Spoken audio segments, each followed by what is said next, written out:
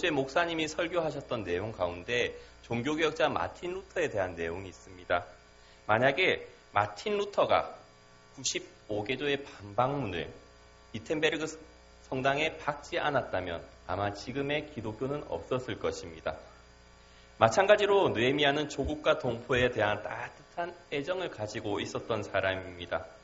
주전 BC죠. 537년 스룹바벨의 통치하에서 유대로 돌아간 사람들과 주전 458년 에스라와 함께 돌아간 사람들의 후손에 대한 관심들이 참 많았던 사람이 바로 느헤미야라는 사람입니다. 본문의 2절에 보면 하나니와 그의 동료들은 백성들이 처량한 상태에 있다고 느헤미야에게 보고를 합니다. 그리고 나중에 느헤미야는 직접 그곳에 가서 폐허가 된 곳을 직접 눈으로 확인을 하게 됩니다. 우리는 에스라서 4장을 살펴보면 그 이방 민족들이 유다의 적들이 어떻게 예루살렘을 공격을 하고 핍박을 하는지에 대해서 살펴볼 수 있습니다. 특히 에스라 4장 1절이나 7절부터 6절까지를 살펴보면 그 내용들이 잘 나와 있는데요. 그렇기 때문에 예루살렘에는 아주 소수의 사람들만 살고 있었다는 것을 알 수 있습니다. 그런데 느헤미야는 어디에 있었나요? 예루살렘에 있었던 것이 아니라 바벨론이라는 곳에 있었습니다. 그렇기 때문에 더욱더 고난당하는 동료들을 돕지 못하는 마음이 더욱더 컸던 것 같습니다. 그래서 느헤미야는 어떻게 했나요? 하나님께 기도를 드렸습니다. 그런데 우리는 느헤미야가 하나님께 기도드리는 그 간구하는 자세에 대해서 배울 필요가 있다고 생각을 합니다. 본문 5절에서 6절을 보면 느헤미야는 위대하고 은혜로운 하나님께 기도를 드립니다. 먼저 우리는 하나님이 어떤 분이신가에 대한 인식이 먼저 필요하다고 생각됩니다. 성경을 읽든지 큐티를 하든지 말씀을 듣든지 그 말씀 안에 있는 하나님의 속성, 이 하나님은 오늘 본문에 나타나는 하나님은 어떤 분인가에 대한 인식이 먼저 있어야 된다는 것입니다. 어떻게 나오죠? 크고 두려우신 하나님, 그리고 주의 계명을 지키는 자에게는 언약을 지키시며 긍휼을 베푸시는 주여라고 말씀하고 있습니다. 그리고 느헤미야의 기도는 일회성에 그치는 기도가 아닙니다. 지속적인 기도라는 것을 알 수 있습니다. 오늘 본문의 마지막에 보면 술 맡은 관원장이 되기까지 상당히 오랜 시간이 걸리는 것을 알 수 있는데요. 그때까지 느헤미야는 하루하루 매일매일 기도의 응답이 올 때까지 계속적으로 기도를 했다는 것을 알 수 있습니다. 우리는 기도할 때 다음과 같은 사실을 깨달아야 됩니다. 시편 34편에 보면 이런 말씀이 있습니다. 여호와의 눈은 의인을 향하시고 그의 귀는 그들의 부르짖음에 기울이시는 도다. 여호와의 얼굴은 악을 행하는 자를 향하사 그들의 자취를 땅에서 끊으려 하시는 도다. 의인이 부르짖음에 여호와께서 들으시고 그들의 모든 환난에서 건지셨도다. 여호와는 마음이 상한 자를 가까이 하시고 중심으로 통회한 자를 구원을 하시는 도다라고 되어 있습니다. 하나님은 자신을 찾는 자에게 자신이 어떤 자인지를 아는 자신의 백성들을 결코 놓는 법이 없으십니다. 반드시 찾고 그 기도에 응답해 주십니다. 두 번째로는 자신의 죄와 그리고 민족에 대해서 고백하는 느헤미야에 대해서 볼 수 있습니다. 6절과 7절의 내용이 바로 그 내용인데요. 하나님의 성품에 대해서 이야기를 했던 느헤미야는 이스라엘 백성의 고난이 그들의 죄와 관련이 있다는 것을 알고 이스라엘 자손이 주 앞에서 범죄했던 그 사실들을 하나하나 두고 기도하고 있는 것을 알 수 있습니다. 누가복음 18장 10절부터 예수님이 말씀하신 비유에 있어서 우리의 기도가 만약에 바리새인과 같으면 우리의 기도는 아무 소용이 없을 것입니다. 누가복음 18장에 어떤 내용이 나오죠? 자신의 의를 드러내는 기도가 나오죠. 바리새인들이. 그리고 나는 저 세리와 창기 같지 않다면 그것을 감사하는 내용이 나옵니다. 하지만 예수님께서는 어떻게 말씀하시죠? 내가 죄인입니다라는 고백을 했던 아무도 거들떠보지 않았던 사람들의 기도를 들어주셨다는 것을 알 수 있습니다. 우리는 여기서 기도에 대한 것을 배울 필요가 있습니다. 제가 어렸을 때 그리고 나이 드신 분들, 부모님 세대 때 예전에 장로님들이나 이제 저희 아버지께서 이제 은혜 받으시기 전에 형식적으로 하셨던 기도 내용 중에 어떤 기도가 있으셨냐면 내가 알고도 지은 죄, 모르고도 지은 죄, 부지불식간에 지은 죄 다 용서해 주시옵시고 그 멘트가 꼭 들어갔던 것 같습니다. 근데 제가 은혜 받고 하나님에 대해서 알면 알수록 어떤 생각과 어떤 마음이 드냐면 하나님께서 그 죄를 과연 용서해 주실까라는 생각이 들었습니다. 왜냐하면 하나님께서는 그 기도를 듣지 않으셨을 것 같아요. 올바른 기도를 제가 예문을 들자면 이런 것 같습니다. 하나님, 제가 이런 죄를 지었습니다. 하지만 제가 모르고도 지은 죄가 있을 것이고 제가 깨닫지 못하는 죄도 있을 것입니다. 만약에 그러한 죄가 있다면 저로 하여금 깨닫게 하시고 그걸 온전히 회개할 수 있도록 저에게 가르쳐 주시옵소서. 그렇게 해야 되지 않을까요? 제가 만약에 부지불식간에 지은 죄 한 구절로 모든 것이 기도가 끝납니다. 그리고 그렇게 기도했을 때 하나님께서는 저에게 어떤 죄를 지었는지 가르쳐 주시지 않으셨어요. 그럼에도 불구하고 제가 온전한 회개를 하고자 했을 때 하나님, 제가 도대체 어떤 죄를 지었나요? 어떤 죄를 지었습니까? 하나님, 온전한 회개로 나아가길 원합니다. 제가 알지도 못하고 깨닫지도 못한 순간에 다른 사람에게 상처 준 것들, 실망하게 했던 것들 분명히 있을 것인데 저로서는 현재 기억이 전혀 나지 않습니다. 생각나게 해주십시오라고 하면 하나님께서는 시간이 걸릴지언정 반드시 생각나게 해주시고 반드시 회개하게 만드세요. 그런 은혜가 있으시길 바랍니다. 느헤미야는 민족의 죄를 두고 바로 그렇게 기도했습니다. 분명히 하나님은 언약을 지키시는 분이신데 왜 우리 민족의 죄를 용서해 주시지 않으실까? 바벨론 포로 생활 70년이 지나면 돌아가게 해주신다고 하셨는데 왜 예루살렘에서는 백성들이 고난받고 있어야 되나? 핍박받고 있어야 되나? 그런 내용을 두고 느헤미야는 계속 날마다 지속적으로 기도를 했을 때 우리가 바벨론의 포로로 돌아왔지만 하나님을 찾지는 않았구나. 하나님의 계명을 지키진 않았구나라는 것을 깨닫게 되는 것입니다. 이스라엘 역사를 자세히 살펴보면 이스라엘 백성이 온전히 하나님께 예배드리고 온전히 회개했던 것이 거의 찾기가 힘듭니다. 하나님께 수많은 왕들이 있었지만 선한 왕이라고 불릴만한 사람이 몇 명이 있었나요? 요시야 왕이 있었고 그나마 히스기야 왕이 처음엔 잘했었으니까요. 몇몇 왕이 되지가 않습니다. 그것도 북이스라엘, 남유다 합쳐서요. 그 정도로 타락하고 하나님의 백성이지만 율법을 지키지 않았던 그 이스라엘 백성들의 죄를 대신해서 느헤미야는 민족의 죄악을 자신의 죄인 양 대신해서 회개하고 있는 모습을 우리는 볼 수 있는 것입니다. 누구의 기도가 생각나시나요? 모세의 기도가 생각나지 않으십니까? 마지막으로 세 번째는 하나님의 약속을 회상하고 있는 부분이 나옵니다.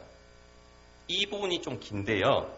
느헤미야 말씀은 신명기 30장부터 그리고 그 앞에서 봤을 때는 신명기 28장에 있는부터 나오는 약속을 아마 붙들고 기도한 것 같습니다. 어떤 내용들이 있냐면 복과 저주에 관한 내용이죠.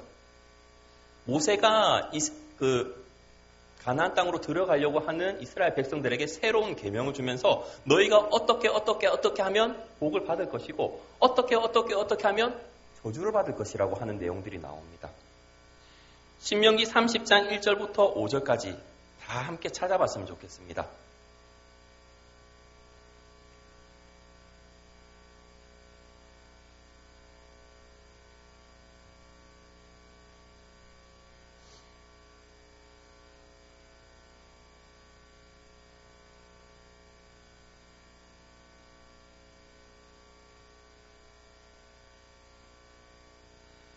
신명기 30장 1절부터 5절입니다.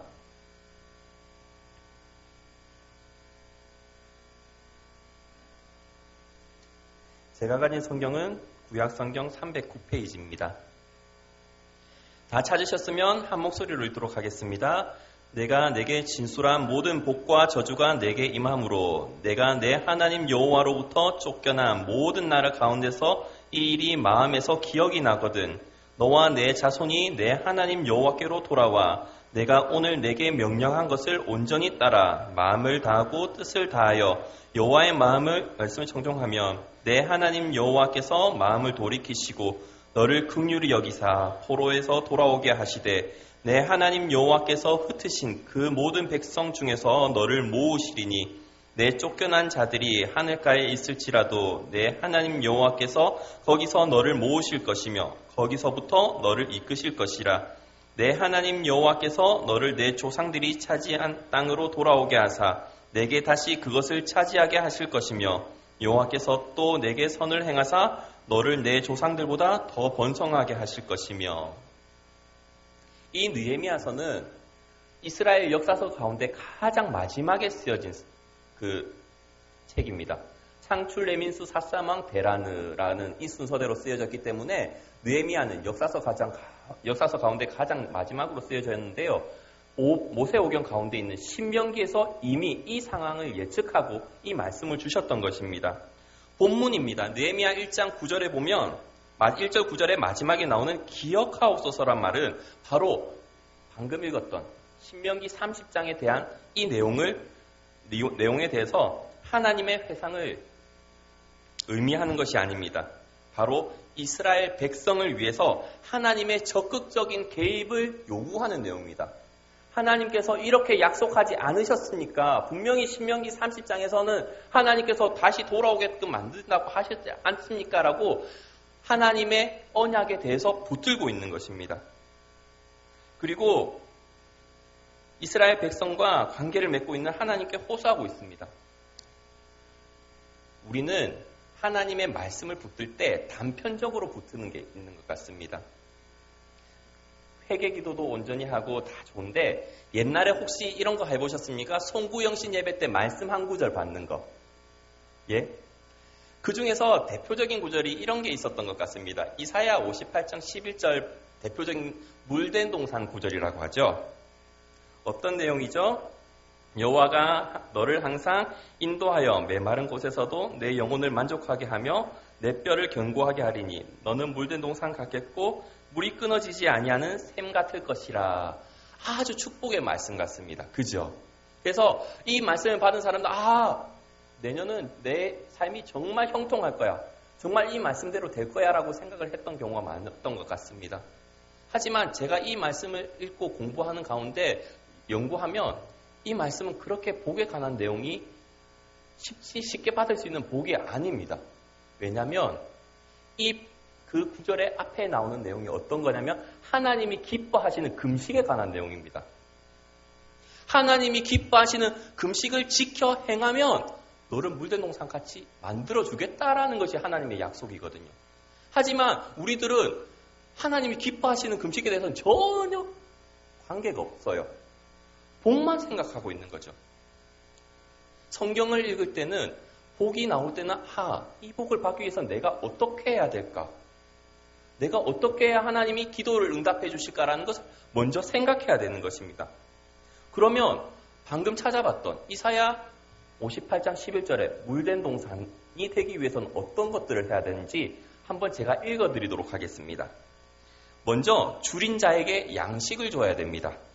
두 번째, 유리하는 자에게 숙식도 제공해야 됩니다. 세 번째는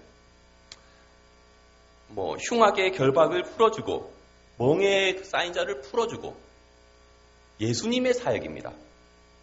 예수님의 사역과 같이 그런 걸 행해야 물된 동산 같고 마르지 않는 샘이 된다고 하나님께서 말씀해 주시거든요. 마찬가지로 오늘 말씀도 마찬가지입니다. 우리가 하나님의 언약과 하나님의 말씀을 붙잡고 기도할 때는 단순히 생각해서는 되는 것이 아니라 하나님의 이 말씀, 이걸 응답하기 위해서 느헤미야처럼 하나님의 말씀을 붙잡고 기도하면서도 절대 놓치지 않아야 되는 거. 제가 어떻게 해야 될까요? 제가 어떻게 하면 하나님께서 응답해 주시겠습니까? 약속을 붙들어야 되는 거잖아요. 어떻게 하면 복을 주겠다. 어떻게 하면 저주를 주겠다. 분명히 하나님께서는 이 성경 말씀 66권 안에 다 쓰여주셨기 때문에 내가 자녀에 대한 복, 아니면 병에 대한 복, 그 어떤 복을 받기 위해서는 하나님 아버지 내가 병을 낫기를 원합니다. 아니면 나의 어떤 문제가 해결되길 원합니다. 하나님 나에게 말씀해 주시옵소서. 내가 어떤 약속을 지키면 됩니까? 하나님의 어떤 말씀을 순종하길 바라십니까? 그런 걸 해야 되지 않을까요? 터무니없이 복만 바라는 것은 이기적인 욕심 같습니다. 우리가 예수님을 믿는다, 하나님을 믿는다라고 하는 것이 너무 편협된 시각에서 바라보는 경우가 많습니다. 얼마 전에도 한번 말했는데요. 우리가 믿는다는 것을 정말로 믿는 게 아닌 경우가 많은 것 같습니다. 왜냐하면 이 공기 중에 떠있는 산소라는 것들, 우리 눈에 보이지 않지만 있다는 거 다 아시지 않습니까? 하지만 그것을 믿지는 않죠. 신뢰하지는 않죠. 우리가 이 공기 중에 산소가 없으면 죽는다는 것도 아십니다. 그런데 그 산소를 신뢰하십니까? 신뢰하지 않으세요. 예수님도 마찬가지인 것 같습니다. 세상 사람들도 예수님이 십자가에 달려 돌아가시고 우리를 위해 죽으셨다는 거, 하나님의 아들이라는 사실은 알아요. 그래, 나도 그 사실 믿어. 라고 말을 하는 세상 사람들도 많아요. 근데 그게 과연 믿는 걸까요? 우리가 신앙생활을 한다면서 믿는다는 거는 그런 단순히 머리로 아는 것이 아니라 정말로 내가 그 하나님의 아들인 예수 그리스도가 없으면 죽을 것 같은 전적으로 신뢰, 공기 중에 떠다니는 산소처럼 내 곁에 항상 있지만 그게 없으면 죽는다라는 것을 항상 인식하면서 전적으로 신뢰해야 된다는 그 신뢰가 바탕으로 된 믿음이거든요. 바라본데 저는 우리 성도님들에게 그런 믿음을 가지고 또한 이 약속의 말씀이 나에게 반드시 응답될 것이라는 것을 믿으셨으면 좋겠습니다. 느헤미야가 역사의 한 획을 그었던 이 중에서 가장 큰 이유가 온전한 회개도 있었고 하나님이 어떠한 분이라는 것을 알고 기도한 것도 있었고 하나님께 약속을 붙잡고 기도한 것도 있었고 여러 가지 이유들이 있습니다. 하지만 무엇보다도 우리는 느헤미야에게 배워야 될 것이 또 하나 있는 것 같습니다. 큰 권능과 강한 손을 지닌 하나님은 느헤미야의 기도를 들어주시죠. 그래서 느헤미야서를 보면 성벽이 겨우 52일 만에 재건이 되는 것을 알 수 있습니다. 그러나 성벽의 회복은 언제의 일이죠? 현재의 일이 아니라 미래의 일입니다. 현재의 절망에 빠진 예루살렘에 대해서 느헤미야는 어떤 행동을 해야 될지 그리고 하나님의 말씀이 필요했다는 것을 알 수 있습니다. 그리고 그러기 위해서는 왕의 은혜가 필요했다는 것도 알 수 있습니다. 그렇기 때문에 오늘 본문인 1장은 축복해달라고 하나님께 간구하고 그리고 느헤미야는 1장 마지막 절에 술 맡은 관원장이 되는 것을 끝이 납니다. 그리고 2장에는 하나님께 은혜를 입은 느헤미야가 왕과 충분한 관계를 맺는 시간 동안의 관계가 나와 있습니다.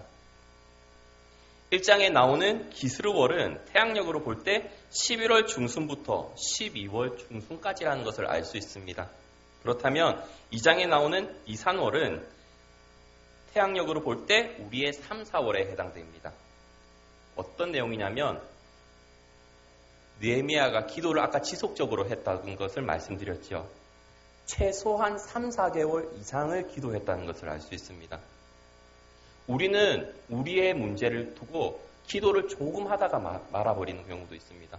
정말로 절박하지 않은 이상은 그렇게 3, 4개월 두고 기도를 하지 않는 경우도 많은 것 같습니다. 어떻게 보면 응답되지 않는 기도 같고 어떻게 되면 응답해 주시지 않을 거라는 아니면 이것도 하나님의 뜻이란 것이라고 생각을 하는 경우도 있어서 그런 것 같기도 합니다. 그럼에도 불구하고 아까 말씀드렸다시피 느헤미야는 지속적으로 최소한 3, 4개월 이상 동안 기도를 했다는 것을 알 수 있습니다. 그리고 우리가 무슨 일을 하든지 목적 의식을 가져야 되는 것이 중요하다는 것을 알 수 있습니다. 느헤미야는 자신이 그 일을 해야 된다고 생각했습니다. 나라를 위해서. 그리고 그 백성들이 돌아갔을 때 성벽을 재건해야 된다는 그런 믿음을 가지고 사명을 감당해야 된다고 생각을 했었죠. 여기 계신 성도님들도 마찬가지인 것 같습니다. 하나님께서 우리 각자에게 사명을 주셨습니다. 맡은 바 달란트도 다 다르세요. 제가 사역을 해보니까 어떤 분들은 정말 전도의 은사가 있으시고 어떤 분들은 정말 봉사의 달란트가 있으시고 다 각자가 달란트가 다른데 교회를 살펴보면 한 분이서 여러 가지 일을 다 하세요. 1인 3역 4역. 이거는 작은 교회뿐만이 아니라 큰 교회도 마찬가지인 것 같습니다. 뭐 10,000명이 넘어가고 30,000명이 넘어가도 매번 차량 봉사하시는 차량만 섬기시고 또 뭐 봉사하시는 분들은 봉사만 하세요. 근데 거기서 끝나는 것이 아니라 그분이 또 다른 일들도 많이 섬기시는 경우를 많이 봤습니다. 저는 섬기시지 않는 분을 탓하려는 것은 아닙니다. 다만 하나님께서 내게 주신 사명이 무엇인지는 최소한 깨닫길 바랍니다. 하나님께서 나를 이 동원교회에 보내셨으면 나로 하여금 하길 원하는 사역이 분명히 있을 것인데 내게 가진 달란트가 무엇일까? 나는 도대체 하나님께서 어떤 달란트를 주셨나? 교회를 위해서 어떤 부분을 섬기시길 바라실까? 하는 것을 깨닫길 바랍니다. 그리고 그렇게 한번 기도해 보셨으면 좋겠습니다. 하나님, 제가 동원교회를 다닌 지 오래되었습니다. 하지만 주일만 출석하는 성도입니다. 그런데 한 번쯤은 주를 위해서 섬겨보고 싶습니다. 근데 제게 무슨 달란트가 있고 무슨 재능이 있는지 모르겠습니다. 그 재능이 뭔지 제게 깨닫게 해주시고 그 깨달은 은혜대로 제가 잘 준비되어서 그 어떤 일들을 섬길 수 있는 은혜를 있게 해주시옵소서 라고 해보시지 않으시겠습니까? 그렇게 된다면 서로 톱니바퀴가 맞물리듯이 교회가 한 힘으로 나아갈 수 있을 것입니다. 보통 교회 사역을 저는 이렇게 생각을 합니다. 오케스트라라고 생각을 합니다. 담임 목사님께서는 지휘자시죠. 어떤 한 곡을 연주를 합니다. 어떤 저쪽에서는 신디나 피아노가 나오죠. 어떤 곳에서는 오르간이 나올 수도 있고 어떤 곳에서는 바이올린이 칩니다. 큰 북을 치는 사람들 같은 경우는 한 곡 끝날 때까지 2번 치고 끝날 수도 있죠. 그럼 바이올린 같은 경우는 돈으로 계산하면 어떻게 될까요? 10원, 20원, 30원, 40원 이렇게 되겠죠. 그런데 많이 연주해야 되는 사람이 있는 반면에 땅, 따당 고작 3번밖에 안 하더라도 그 곡을 완성시키는 데는 그 역할이 분명히 있다는 것입니다. 교회 안에도 마찬가지죠. 열심히 일해야 되는 분 있어야 됩니다. 작게 일하실 수 있고 작게 섬기실 수 있는 분들도 있어야 됩니다. 다만 오케스트라가 한 곡이 연주가 되려면 악기가 다 있어야 되잖아요. 모든 악기가 지휘자의 구령에 따라서 움직여야 되는데 제 악기 움직이면 어떻게 되겠습니까? 곡이 연주가 되지 않겠지요. 저는 오늘 말씀을 두면서 느헤미야처럼 하나님께 구하시길 바랍니다. 내가 하나님 아버지 이제 주를 위해서 섬기보고 싶습니다. 내가 우리 동원교회 성도님들 진짜 우리 교회 많이 힘들지 않나요? 저는 힘들다고 들었습니다. 근데 또 한편으로는 희망이 있는 게 성도님들이 너무 밝으세요. 그렇기 때문에 저는 희망을 놓지 않고 우리 성도님들을 보면서 정말로 사랑할 수 있는 마음이 생기는 것 같습니다. 그런데 여러분들이 조금 더 힘을 내주셨으면 좋겠습니다. 물론 저도 힘을 내겠습니다. 오늘 청년부에서 이런 말씀을 했습니다. 이 자리가 참 힘든 자리인 것 같습니다. 목사님께도 말씀드리고 이렇게 하지만 제가 직장 생활을 할 때는 저 혼자 욕먹으면 되는 자리입니다. 일을 못하면. 근데 사역을 하니까 제 한마디에 우리 성도님들이 상처받을 수 있고 실족할 수도 있다는 것을 아십니까? 그렇기 때문에 저는 제 자신을 끊임없이 쓰려고 노력을 하고 있습니다. 나름대로. 실망 안 시키려고. 겨우 부교육자인 저도 그래요. 유초등학교 학생들 실망시키지 않기 위해서 노력하고요. 청년들 실망시키지 않기 위해서 노력하고. 그런데 담임 목사님은 모든 성도님들을 실망시키지 않게 하기 위해서 얼마나 노력해야겠습니까? 그렇기 때문에 성도님들은 담임 목사님 위해서 엄청나게 기도를 해주셔야 되고 저 또한 목사님을 위해서 기도해 주셔야 되고 해야 되고 그렇습니다. 마찬가지로 우리가 그렇게 기도해야 되는 것뿐만이 아니라 내가 각자 담임 목사님 위해서는 당연히 기도해야죠. 하지만 이 교회를 굴러가기 위해서 내가 어떤 오케스트라의 악기를 맡아야 될까요? 라는 역할에 대해서 한 번쯤 생각해 보셨으면 합니다. 그것이 중요한 일일 수도 있고 겨우는 아니죠. 본당 청소하는 일일 수도 있습니다. 하지만 그 작은 하나하나가 맺혀가지고 교회가 너무나도 아름답게 변한다는 것을 아십니까? 안 믿는 사람들이 교회를 와서 제일 먼저 보는 게 무엇일까요? 교회의 모습들, 성도의 모습들 맞습니다. 하지만 그런 사소한 부분들입니다. 제가 알고 있는 감자탕 교회는 이렇게 한다고 하더라고요. 모든 성도님들이 인사말이 사랑합니다라고 한다고 합니다. 묻지도 따지지도 않고 사랑합니다라고 해요. 강사분이 오시든지 어떤 분이 오든지 얼굴 모른다 싶으면 무조건 사랑합니다예요. 오해를 받을 수도 있겠죠. 근데 그 사소한 말 한마디가 안 믿으시는 분들의 마음을 열게 한다는 것 아십니까? 마찬가지입니다. 우리의 작은 헌신 하나, 작은 말 한마디 하나가 이 사직동 가운데 안 믿으시는 분들에게 돈이 될 수가 있습니다. 전도팀에게도 말을 했었는데 저희가 이 사직동 가운데 빛의 역할을 해야 되고 소금의 역할을 해야 되지 않겠습니까? 착함과 의로움과 진실함, 이것이 바로 빛의 열매라고 성경에서 말하고 있습니다. 착하고 의롭고 진실되게 사시는 우리 성도님들 되시길 바랍니다. 또한 느헤미야의 기도처럼 정말로 우리가 교회를 위해서 기도하고 이 사직동을 품고 이 동래구를 품고 제가 어떻게 해야 될까요? 지금은 교회를 믿는 사람들이 욕을 들어먹는 시대입니다. 목사라고 하면 저주부터 퍼붓는 시대고요. 결혼 기피 대상자 1위가 목사라고 합니다. 2위는 뭔지 아십니까? 거지라고 합니다. 거지보다도 높은 순위가 목사라고 합니다. 사역자. 그 정도로 세상 사람들이나 다른 사람들이 봤을 때는 존경받지 못하는 시대에 우리가 살고 있습니다. 교육자뿐만인가요? 성도님들도 어디 나가서 교회 다닌다고 말하기 부끄러울 때 있지 않습니까? 그럼에도 불구하고 우리가 느헤미야처럼 기도해야 된다는 것입니다. 하나님 아버지, 복음을 부끄러워하지 않겠습니다. 하나님의 말씀을 부끄러워하지 않겠습니다. 하나님의 말씀만 붙잡고 제가 할 일을 분명히 하겠습니다. 느헤미야가 그렇게 대단한 사람이 아니었지만 하나님의 말씀을 지속적으로 붙잡았을 때, 그렇게 기도했을 때 술 맡은 관원장이 되고, 그리고 바벨론 포로로 돌아갔던 사람들, 그리고 이스라엘 예루살렘의 성벽을 세우는 그런 역사의 가장 중요한 역할을 했던 사람이 느헤미야입니다.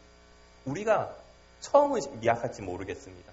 지금은 뭘 기도해야 될지도 모르겠고 겨우 하나님께 구하는 수준일 수도 있습니다. 하지만 그 기도가 쌓여서 매일매일 지속적으로 기도가 된다면 이 땅을 변화시키고 우리 부산 땅을 변화시키고 전 세계를 변화시킬 줄도 믿습니다. 한 영혼 한 영혼 사랑으로 품으면서 온 열방을 품을 수 있는 그런 사랑하는 우리 동원교회 성도님들이 되셨으면 좋겠습니다.